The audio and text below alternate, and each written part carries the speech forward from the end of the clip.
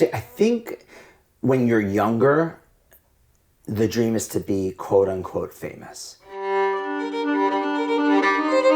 So many people think they want to be famous. They don't. Same. I mean, I thought I did too. You don't. You say this to me all the time. Say it in your voice. How does someone do that? Finding your voice is a journey we all go on, whether you're 15 or 78. And in the age of social media, it's more relevant than ever, because the second you create content, you're forced to ask, what do I actually have to say?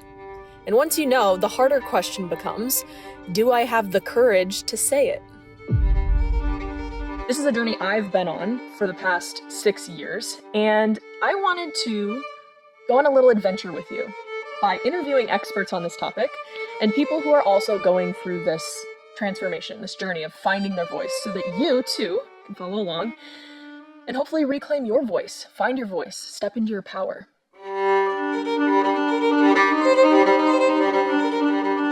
Scott is an internationally acclaimed songwriter, with his music being sung by Cynthia Erivo, Pentatonics, and Shoshana Bean, to name a few. He's toured the world, sold out venues from New York to Tokyo to London. He's had his work featured on American Idol and HBO. But what makes Scott most impactful isn't his impressive resume. It's that he writes from the rawest, most unfiltered parts of himself. The kind of songwriting that's made grown performers break down crying mid-take. So that's today's conversation. Let's get into it. Welcome. Creator by Design. Is that what's called Created by Design? Creator by Design. Creator by Design, great. Yes. So today I wanted to start with going on all the way back to your full journey. Okay. Where would you say your creative or voice journey started? Because I've known you for over 2 years now, and all I know is we come in here and we sing, and that you've done a lot of cool things. I will say that my grandfather, Papa Louie, was the start of my creative voice. He played the spoons, which is literally you take 2 spoons together, side by side, and you can play them on your knee. And it actually can create beautiful music. Yeah. And so he loved music. He came from a very musical, surrounding. And so he really delved in for me the love of musical theater and of, at that time, the era pieces of vocalists from Sarah Vaughan to Billie Holiday. I was first introduced musical theater-wise to the musical Oliver, and then to Les Mis at 6 years old. So pretty young. You started right out the gates. 2 musicals that dealt a lot with prostitution, and I was in it. I was in it at to 6. win it.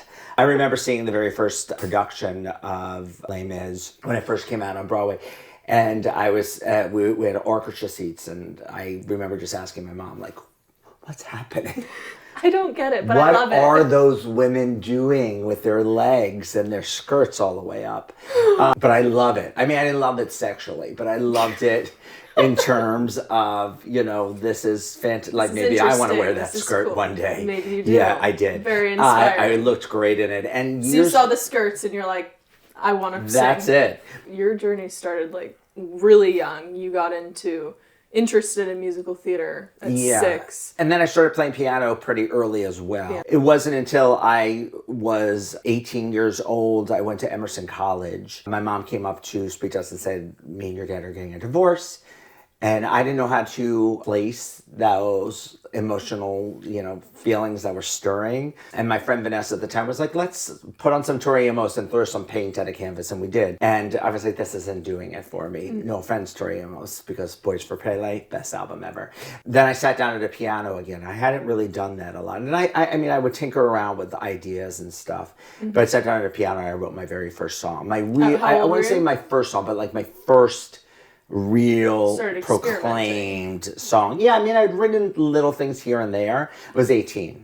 And I wrote the song called Kiss the Air. I played it for this kid at my school, Rob, and he's like, I love it, I want to sing it. I was like, really? It's that good? And then everyone was like, I want to sing some of your stuff, write me some stuff. And so I started delving into that creative juice. It just resonated. I loved it. I think that I needed a place to put I was a very sad, depressed child. And I think I needed a place to put that, and I didn't know where to, and I didn't know how to find therapy outside of the people that my mom and my dad had found for me that weren't helping me but were helping them. And so I needed something to help me, and so I started writing, and a lot of it had to deal with my own displacement in the world. As I continued writing, I started seeing, oh, maybe musical theater is not for me. Maybe being a performer is not for me. So I sort of stepped away from that. I left Emerson in my junior year, and I moved out to Los Angeles. My father and I made a deal that if he didn't have to pay for school, he would pay for my first year in Los Angeles. Yep. And so I moved out to LA, and within a week, I landed a role, not a role, but being in a boy band. Wow. Our name was Ricochet, and they all danced amazingly, but weren't great singers, and I couldn't dance and sang. Did your singing, when did that start integrating? Was that when you started writing? No, when you started working on your I always voice? loved singing. I You always always loved loved to singing. sing. Okay, I always, I mean, singing was a part. I mean, there used to be these shows on ABC back in the day where they'd be like, meet your favorite celebrity, send in a video of you singing one of their songs. And I did so many of those. I was like, here's me singing Mariah Carey. Here's me singing a song by Shanice. And I would send in all of these videos all the time of me singing. Yeah. And I did a lot of shows Like in high school. musicals. And I also went to a musical theater school during the summer. I went to a Oh. place called Stage Door Manor. Okay. I would stay there for 9 weeks. And I mean, that's where I met my friends, like the people that I understood and understood me. Yeah. Because I didn't have any friends prior to that. There was no understanding of who I was, not by didn't myself feel you or by fit anybody in. else. Anywhere. I mean, I would get thrown into lockers and be called faggot. So like it was a tumultuous time in my life. So finally I went to a place where everyone was like-minded, and everyone, would pull out, we had cassette tapes at the time, would pull out cassette tapes of like, Gypsy, and, we would talk about who's the best Mama Rose. And it was like, what is this place? So you found community in musical theater. I found home. I really found family. I mean, I found my actual family for the very first time in my life. Yeah. And so then you said you realized that musical theater performing wasn't for you. When did you realize that? When I started writing more, When you started writing. Okay. I instinctively knew I enjoyed the writing aspect more than I enjoyed the performing aspect. I got a lot of anxiety because what people see of me is a very extroverted person, but I'm a very introverted person. So Because you're high energy. I'm very high energy, but I'm high energy because it's that mask that you wear. So it's part of, I love making people smile and making people laugh. It's just a part of who I am. But once that's done, once my day is done after, 12 hours of teaching, I am shut off. Doing something that sort of just brings my brain down a little bit. Yeah, I mean, my husband likes to go out and do stuff, and I'm like, nope, not interested. Yeah. You're chilling after your day of socializing and in terms of your podcast, voice. my voice shuts down. Yeah, my voice shuts down. Yeah. It takes a break. It gets formed into other things. Yeah. My voice channels. Yeah, Your channels voice other doesn't things. have to just be spoken. No. Well, most times my voice isn't spoken, and most times it's internal anyway. Yeah. Written. Yeah. Okay, so I want to go back to the band you joined and Ricochet. where that led you next, and how that tied into your writing, because it sounds like writing is your primary form of expression. Is that accurate? That is absolutely accurate. So they actually wanted to record Kiss the Air for the album. So we had worked on Kiss the Air. We had other songs, this one song by Diane Which was the Warren. first one you wrote, Kiss the Air? That was the first one, yeah. And probably the one that I was most proud of at the time. Like, I felt like it was the stable. I mean, maybe because it had been around for me for so long. Within a year, the band broke apart. So I started waitering. I got many jobs because I got fired many times. Because I am a daydreamer, so I sit in my head a lot. I had a hard time being in places where my dreams weren't becoming fulfilled. Yeah. What was the dream at the time? The dream, it's so interesting. I think when you're younger, the dream is to be quote unquote famous. So many people think they want to be famous. They don't. Same. I mean, I thought I did too. You don't. You don't even know what that idea is. You just know it looks like all of your problems go away. And so in your head, you think this, whatever that is, love, attention, finances, whatever that is, I want it. I moved to New York City, and I literally would sit outside stage doors of theaters and hand out my demos. And I would say, would you sing for me? And I didn't know who I was handing it to. I mean, it was probably the stage manager who didn't sing. But I was handing them out, and I was like, will you sing for me? Will you sing for me? Will you sing for me? And no one called. And then I had known one Broadway performer. His name is Billy Porter. And Billy was, saying to me, oh, there's this great concert with this wonderful songwriter. You should go check him out. His name is Andrew Lippa. And I went. And Idina Menzel was supposed to sing from Frozen and Wicked fame. This girl, Shoshana, got up for her because Idina was sick. And so Shoshana Bean got up and sang, and I was like, who is that? She sounded like Mariah Carey. I was like, who is this? And she's in theater and she sounds like this? So I wrote her, Billy Porter, which was a lie. I said, Billy Porter told me to get in touch with you that you would love to sing some of my music. She wrote me back. She said, okay. Just name dropped. Name dropped as much as I could. She literally just wrote back, okay. She walked in, and I still remember she had these big sunglasses on and like her capri pants and big boots and like... The style at the time. The style. She came and she sat down and she said, okay, play me what you got. And so I played her the song, How Did I End Up Here? And afterwards she's like, oh, okay, cool, thanks. Didn't really love it, you can see. And then I said, oh, wait, I have one more. And I had just written this song for my dog. It was called Home. I just wrote it. I played it for her. And she took the sunglasses off, and I saw tears falling down her head. And I remember I was halfway done with the song, and I just, in my head, went, I got her. You just know. You're like, I got her. It's the emotion when you see it hit people. Oh. You know it landed. I knew. Yeah. I said, I got her. She was done, and she said, I have all day. Let's go record this today. And so we did. We went to a recording studio that she knew, and we recorded it. She said to me, I didn't have to pay for anything. Her producer sent it to me, and then she said to me, put it up on your website. Mm-hmm. I said, yeah? She said, yeah. I put it up on my website, and literally, like right afterwards, she had landed the role of Elphaba on Broadway. Wow. So she was replacing Idina. So she was the first replacement, which was a really big deal. So this was like the portal that got you into that world, got you connected, the full got you portal. Noticed. And all of a sudden, everyone swarmed in. Then Shoshana asked me, she was leaving Hairspray to go do Wicked, and she said, hey, would you mind, I have a concert to do, and she had a song that she sang with Matt Morrison.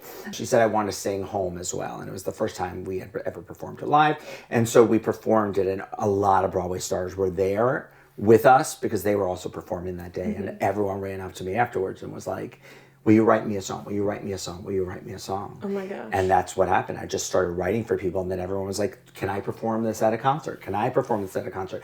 And so there was this new website that was starting. It's very famous now, but it was called BroadwayWorld.com. And it was the first year that they were live, and my career started that first year. And so in a weird way, it coincided. Yeah. They used a lot of my music. Whenever they were having some sort of success at a concert that they were doing, if someone had sung my song, they would use that as, a platform to show something from the concert, because everything else was known material from Broadway shows, and here was this kid that was coming along with unknown songs, which really wasn't done at the time. I mean, most people only sang the known. No one was really singing the unknown yet. I think there's this interesting thing that I'm seeing in your story that I've noticed for myself and I see in other people. When it comes to finding your gift or the thing that you are naturally created to be good at, you kept finding your way back to the music, and people were like asking you for it. Mm-hmm. It's like the thing, it was like your purpose, it sounds like, that people are like, oh my gosh, and they keep coming back to you for that thing. Yeah.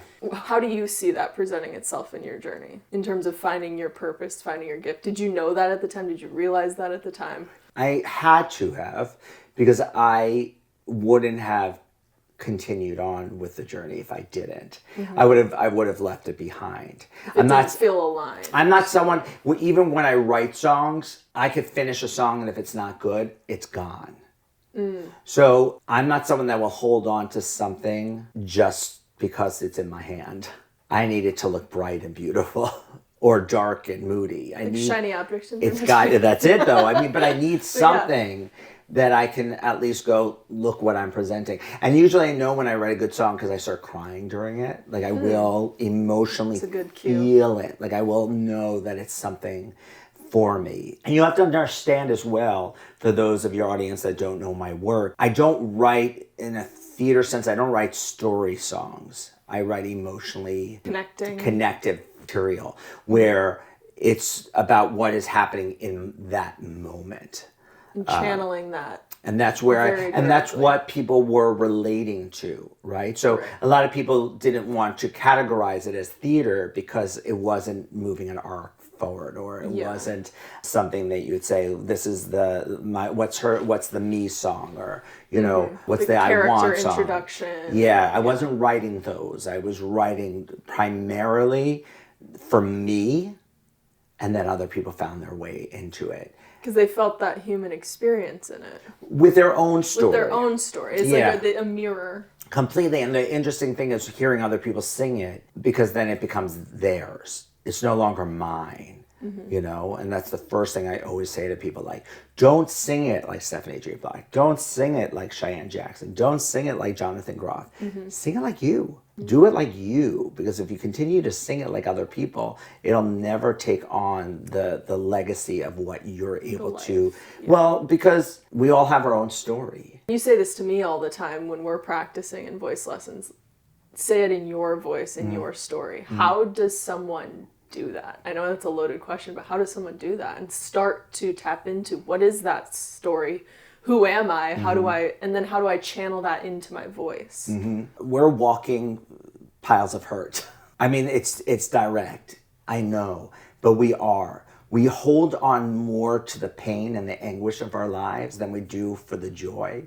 It's so rare that you find someone, or you'll watch a YouTube clip and all of a sudden they just have joy in their life and you go, oh my God, if I could only live my life like that. I'm going to do that tomorrow. I think that's why people loved the figure skater. Oh yeah, because her performance was just, I teared up watching it. It was joyful. Just pure joy. Not just her hair, the rest of it. Yeah, there's everything. Yeah, but it's joyful. Yeah. In that sense, you're watching someone and you think, I want to tap into that, but most people can't do that. We're continuously walking. Can't tap into joy. Well, it's not that you can't tap into joy, but what happens is when you're walking with pain, you're building walls. And when you're building walls, it's hard to get over and through. So the first thing that I always tell people is start digging. Literally, take a hammer, take a shovel, whatever you need to do, and start breaking things down. Because even if you take down one brick, my first brick was this. It was a therapist that told me this, and I love it, which was, when you're a young child, you can blame your parents for the things that they caused in your life. Once you hit your 20s, it's on you now. You know you're smart enough. You know I can't blame them anymore, so I need to work my way through this. So it's about taking personal responsibility. You have to, and if you haven't yet, then you must. So that was my first brick.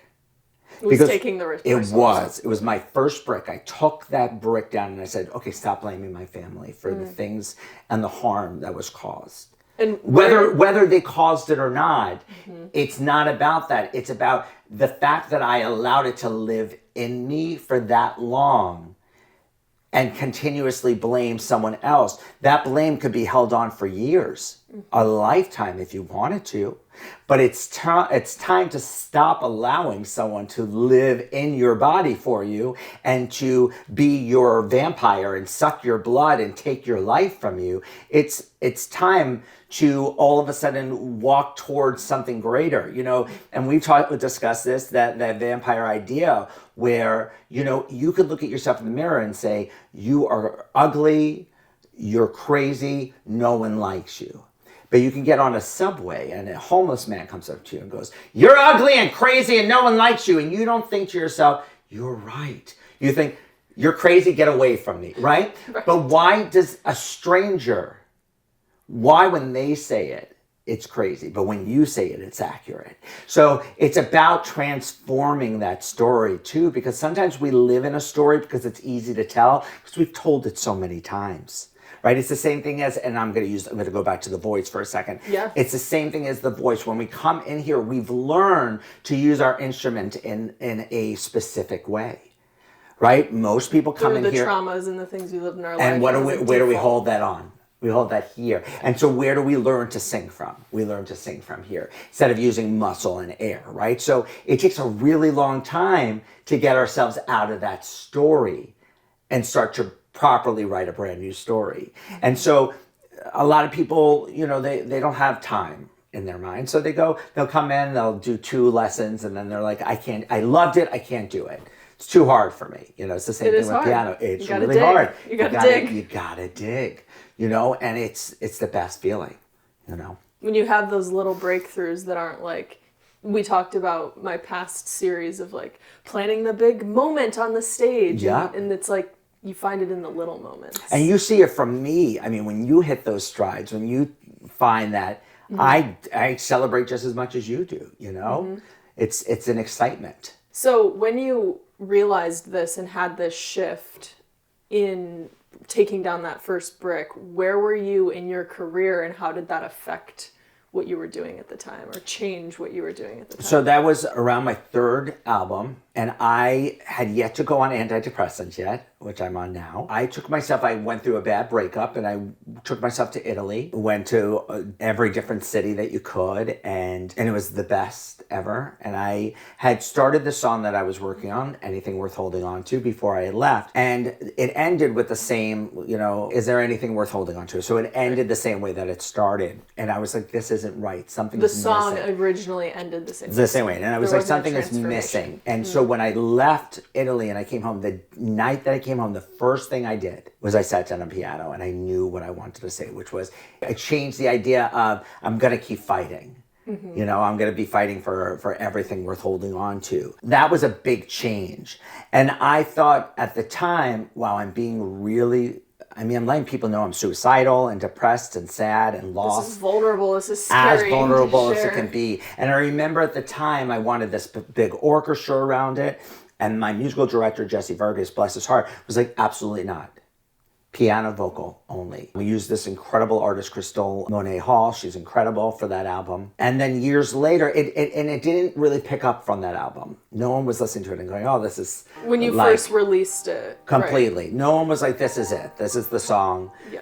Years later, Cynthia Erivo, who wasn't known at the time, but she came and did my concert, and I had given her Anything Worth Holding On To, and she didn't understand it at all. She's like, I don't get this. I don't get it. I don't know what it means. I'll sing it. And we did a rehearsal, and it was fine. She sounded fine. It was fine. Then we got to the night of the show. It was the last night of The Color Purple. So she was emotional already. She left from after the show, had to go to the O2 where we were doing the big concert. Her dress was like a mush, so she had to iron backstage. She had to get on stage, sing the song. And so she sang it, and she was just hysterical crying. She walked off stage, and she goes, I get it. Depression is exhaustion, isn't it? And I said, oh yeah. She's like, I don't get depression, but I get exhaustion. And she's like, in that moment, I was so tired. I didn't really want to be here. And I'm listening to the lyrics about this, and I'm thinking to myself, oh, I get this. And so she tapped into that moment. And when that video went live, then all of a sudden, it became my song. It became the song that everyone sort of connected me to, yeah.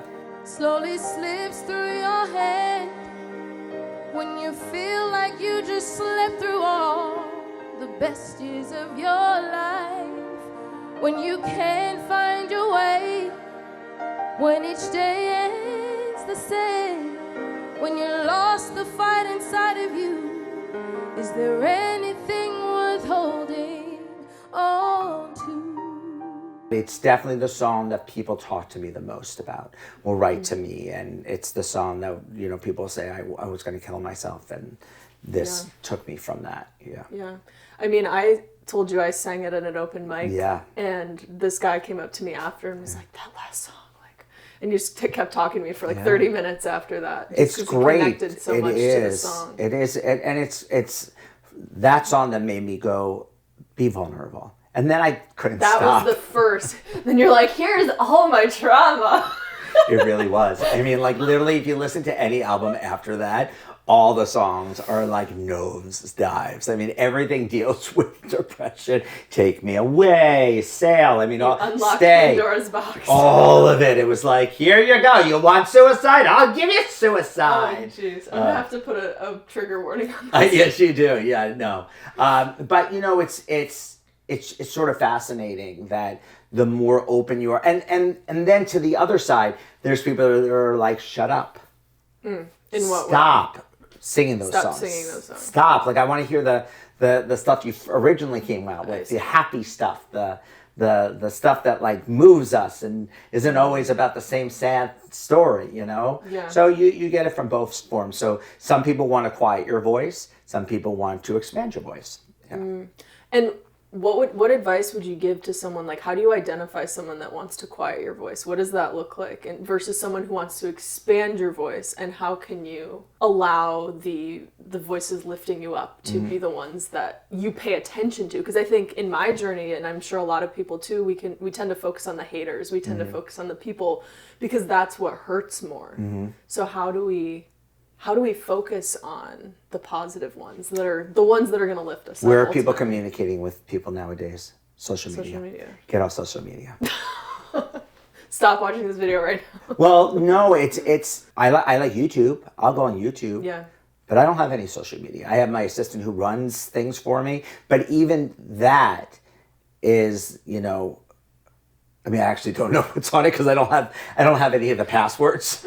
I don't have anything. There's all this stuff posted about me. I don't know. I don't. I know nothing about it. I don't say like, hey, Robbie, what's going on? So I can't even watch any of it. But, you know, the negativity isn't just coming from the voices outside, it's coming from the voice within. So no matter if you want to learn how to hear that voice and how to stop that voice, the voice can only take it so far. Yeah. It's a word, and you're the one who's taking those words in. And you're. What do you mean by the word? Whatever their words are, whether they say Scott Allen's horror, Scott's the worst, then you're bringing them to life. You're literally giving it color when it was just black writing, you know, and then all of a sudden you put color to it and you give it air. You bring it to life. You do. You give it you've put got the gasoline on the fire. You do. So that's your choice to either, you know, take the fire out or let the fire burn more and more and more. I watched this video the other day that was very interesting where it said a person could only hold on to hate for 90 seconds or less. The reason most people hold on to it longer is because you choose to hold on to it longer. But if you choose to let it go within that 90 seconds, it's done. But most people will continue and they don't to realize revisit it and rethink about it. Which is why it's so important to recognize what you said, your first brick. Yeah. That I'm choosing my life. I'm choosing the things Absolutely. that I'm thinking and everything. Yeah.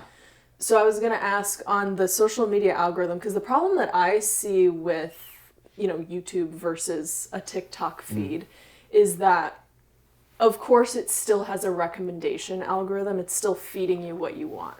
But there's an element of seeking. I'm choosing to go watch this video versus a TikTok algorithm, a Reels algorithm.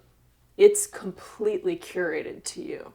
Like you were saying, the voices that we created, we will reinforce those by watching and consuming content that reinforces those negative voices if we're holding on to them. And that's where I see a dark spiral and a problem with social media. Well, listen, it ultimately comes down to, you know, social media all is bad. I'm sorry, I strongly believe that. Sure, there's you could say there's something good on it, but right now politically in the landscape that we're in, it is just people who can't see eye to eye, and beyond that, it's everyone wants to be a star, and so everything is fake. You can't trust anything. It's not real. It's all planned. I mean, everyone's planned because they know, let's do this. We're going to make millions of dollars off of this. Great, let's do it. I'm going to sing in front of my mom for the first time and she's never heard me, and let's watch her reaction. And the mom's going, oh, my baby can sing. And it's like, come on, you've done 98 of these versions of your mom hearing you for the first time. Like, it's all fake. It's all lies. back in the day this is why I liked YouTube. Back in the day, that's not what YouTube was. YouTube was literally like a random person laughing for 90 minutes straight because they didn't know how to stop. They would put it on and you would laugh for 90 minutes straight, but it wasn't planned. Yeah. Everything was real. I want to dig into this more because I agree, and I also see that I think social media is a reflection of society and where we're at right now. Yeah. So we're seeing this bad reflection of everyone wanting fame, everyone, thinking that followers is going to change their life. I'm starting to see a shift in it's forcing everyone to realize maybe this isn't what it's all about. It's not, because ultimately, if you set a goal of how many followers you want, once you have reached that goal, what's your next goal going to be? More followers. And once you reach that goal, what's it going to be? More followers. And once you're unable to reach that goal, what does that do to you? It crushes you. Why was I special yesterday and I'm not special today? What happens when you put out 10 videos in the day and you get 1 like throughout all of them? You blame what? Yourself. No. Or what are you the blaming? world. What? Yeah. I think the two algorithms ways. are off today. Yes, a lot of people do that. The algorithms are off. Oh, why isn't that?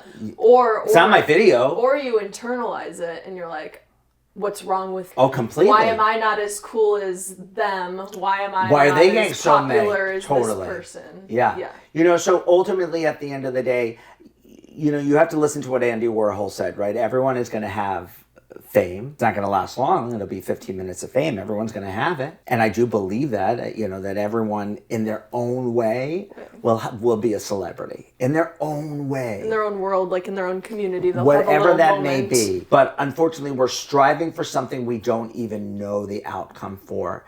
It's like wanting to win the lottery. Because once they get to a place where they think they want to be, everyone else uses them. And I saw that in my own life. I saw it too. Okay? And so it's like when I got to a point of my career, and let it be said, in musical theater, we are known on 10 blocks. That's it. Okay? You're literally known from like 42nd Street to 52nd Street. Then it's done. No one knows who... You're famous in this... No one knows who you are. Year. No one's coming up to you at Disney World and being like, hello! Unless you're dressed up as Peter Pan, they don't really have any cares about you. But in that world, when I would go out to dinner, everyone expected that I would pay for it. Are you serious? Oh, they would every expect you time. to pay for it? Oh my God, It's yes! like, oh, Scott's rich. But I was. Yeah. In that time, I really was, because I released my first album. This is before streaming happened. So I was making bank. Yeah. I mean, granted, I had worked a lot of jobs. There were 3 jobs for a whole year at Starbucks, Paris Commune, and then Stonewall at night to make that first album all by myself without ever That was getting how a you loan. funded it, because I know we took a left Yeah, turn there. but I Yeah. made tons of money off of that album. I still make okay money because streaming, unfortunately, has a percentage of that. But at that time, there was no streaming. So yeah, I was making a great amount of money, and I stupidly would say it. And I moved into my new apartment, and it's like, nicer. Yeah, and so it's... Of course Scott pays. Of course Scott pays. And I probably did it once or twice, and then that set off a precedent. Oh, Scott's going to always do this. And I became that. I knew, and then that became my thing.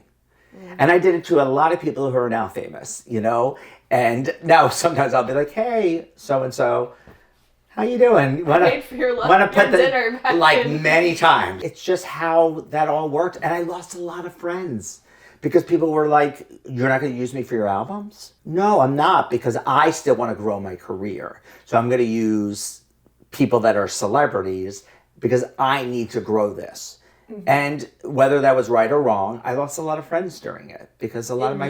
So you were in that place where you were chasing the fame. Yeah. You were chasing Well, I wasn't chasing the dream. fame. I was chasing people hearing my work. I think it was a little different at that time. Once Streaming Wide Awake happened, my thought was never fame. It was how many new countries can I visit by having people wanting me there. So I started reaching out to a lot of different stars from different countries to get them on the albums. People would say, oh, now we want him in Brazil. Now we want him in Japan, because I was using all these names from their different countries.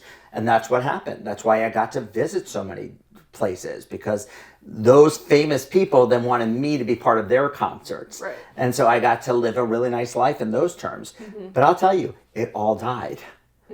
I mean... And what was that moment that you realized, like, this isn't all it's cracked up to be? Like, is this really what I want? I think so my last concert I did was in 24 in London. It didn't sell great. I had a really hard time with the producers. They weren't publicizing it. And I wasn't, because I wasn't on social media. And they weren't doing anything. So it just wasn't selling. And I will tell you, after that experience, I stupidly went to the message boards.